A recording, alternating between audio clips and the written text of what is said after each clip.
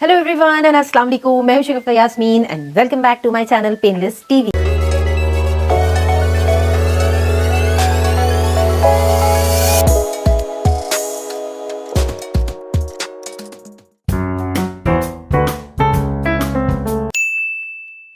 आज मैं बात करूंगी उस एक्ट्रेस के हवाले से जिनकी मुस्कुराहट के बारे में कहा जाता है कि मधुबाला से मिलती है। जी हाँ, सिर्फ मुस्कुराहट नहीं, शुरू में तो इनकी शक्ल भी थोड़ी थोड़ी मधुबाला से मिलती थी।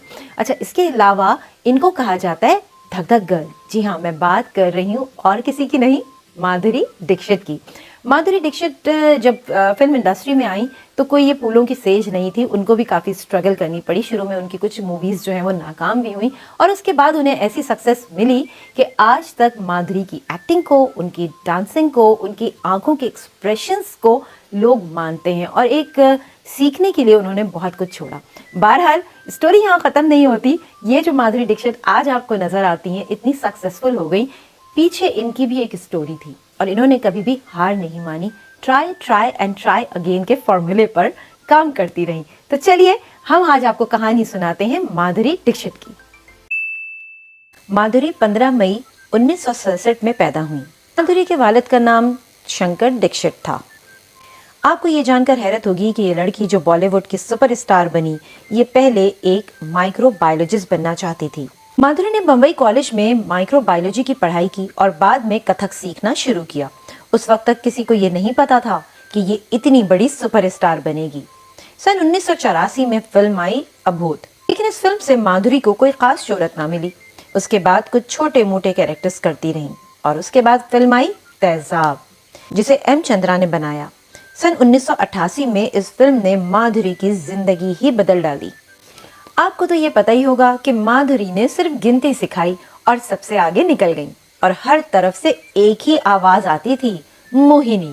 अनिल कपूर के साथ फिल्म तेजाब में इनकी जोड़ी ऐसी जमी कि ना पूछें। फिल्म राम लखन में भी माधुरी के काम को बहुत सराहा गया। फिल्म प्रेम प्रतिज्ञा में भी माधुरी का काम अच्छा रहा और फिल्म त्रिदेव को कौन भूल सकता है। इन सब फिल्मों में माधुरी के मुख्तलिफ रूप नजर आए और बॉक्स ऑफिस पे ये फिल्में सुपरहिट रहीं। फिल्म साजन को कौन भूल सकता है। संजय दत्त और सलमान खान के साथ माधुरी ने ये मूवी की और आज भी इस मूवी के गाने लोग बड़े शौक से सुनते हैं। और फिर आई फिल्म दिल, जी हाँ, जिसमें माधुरी और आमिर खान एक साथ नजर आए। इस फिल्म के लिए माधुरी को बेस्ट एक्ट्रेस अवार्ड से भी नवाजा गया। फिल्म बेटा तो आपको याद होगी। जी हाँ, माधुरी और अनिल कपूर की ये फिल्म बॉक्स ऑफिस पे हिट गई और इनकी जोड़ी भी बॉक्स ऑफिस पे हिट जा रही थी। इस फिल्म का एक गाना था, कुछ याद आया? धक धक। जी हाँ, धक धक। तो यहाँ से माधुरी का नाम आया धक धक गर्ल।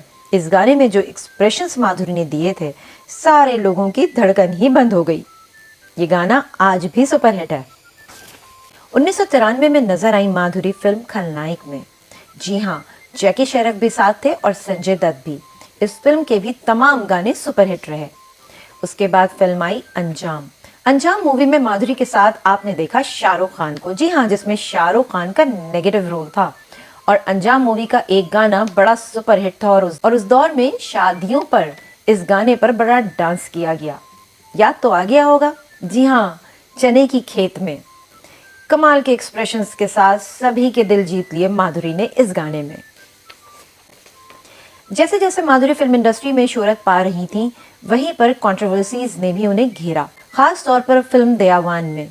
जी हाँ, विनोद खन्ना के साथ। और में कुछ फिल्में माधुरी की बॉक्स ऑफिस पर कोई खास बिजनेस नहीं कर रही थी और इसी दौर में कुछ लोग समझे कि माधुरी का करियर खत्म हुआ। अभी माधुरी फिल्म इंडस्ट्री के उतार चढ़ाव से गुजर ही रही थी कि फिल्म आई हम आपके हैं कौन। इस फिल्म में सलमान खान और माधुरी दीक्षित की जोड़ी ने कमाल कर दिया और फिर सबने मान लिया कि माधुरी का कोई मुकाबला नहीं कर सकता। इस फिल्म के तमाम गाने आज भी सुपरहिट हैं। फिर एक दौर ऐसा भी आया जब माधुरी से रिक्वेस्ट की जाती थी कि उन हीरो के साथ काम करें जिनकी फिल्में चल नहीं रही या फिर नए हीरो के साथ भी काम करें। अनिल कपूर के भाई संजय कपूर के साथ भी माधुरी दीक्षित नजर आई। फिल्म का नाम था राजा। 1997 की फिल्म थी दिल तो पागल है। जी हाँ, दिल तो पागल है में थे शाहरुख खान और करिश्मा कपूर इनके साथ। अच्छा, मैं यहाँ पर ये कहूँगी कि दिल तो पागल है बहुत सुपरहिट मूवी थी और आज भी मैं इस मूवी को देखती हूँ तो मुझे हमेशा ये नई ही लगती है।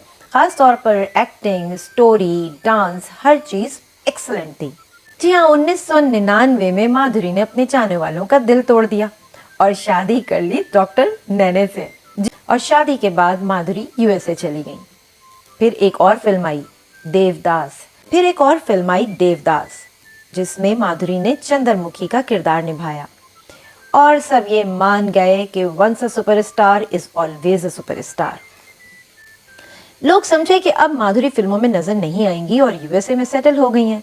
माधुरी वापस आई और फिल्म आजा नचले में नजर आई। फिल्म ने बॉक्स ऑफिस पर कोई खास बिजनेस नहीं किया, लेकिन इस फिल्म से माधुरी का कमबैक हुआ और इसके बाद फिर माधुरी दीक्षित नजर आने लगी रियलिटी शोज में।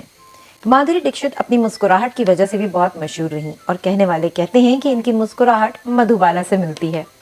माधुरी दीक्षित का नाम बॉलीवुड में हमेशा फख्र से लिया जाएगा। तो आज आपको पता चला कि माधुरी दीक्षित ने कितनी मेहनत की और किस तरह से उन्होंने फिल्म इंडस्ट्री में अपना मकाम बनाया। जी हाँ, ट्राई एंड ट्राई अगेन, यही बात मैं हर किसी को कहती हूँ कि कभी भी हिम्मत नहीं हारें। लोग हिम्मत हार देते हैं कि चीज़ें वर्किंग नहीं कर रही हैं, कुछ चीज़ें ठीक नहीं हो पा रही, हमें इतना टाइम हो गया लेकिन हमें सक्सेस नहीं मिल रही। तो सक्सेस जो है वो अपने वक्त पे मिलेगी, लेकिन काम अच्छा होता है तो सक्सेस आपके पीछे आती है। तो सक्सेस के पीछे भागना छोड़ें और अपने काम को बड़ा स्ट्रॉन्ग कर लें, जिस तरह के माधुरी ने किया। चलिए जी, यहाँ पर मेरा व्लॉग एंड हो रहा है, लेकिन अगर आपको मेरी वीडियो अच्छी लगी और मेरी बातें अच्छी लगी हैं तो ज़रूर मेरे चैनल को सब्सक्राइब करें। अगर आप हमारे चैनल पर नए हैं, लाइक कीजिए, कमेंट कीजिए, हो सके तो शेयर कीजिए और मुझे दीजिए इजाज़त। Thank you for watching my video, keep supporting me. खुदा हाफिज़।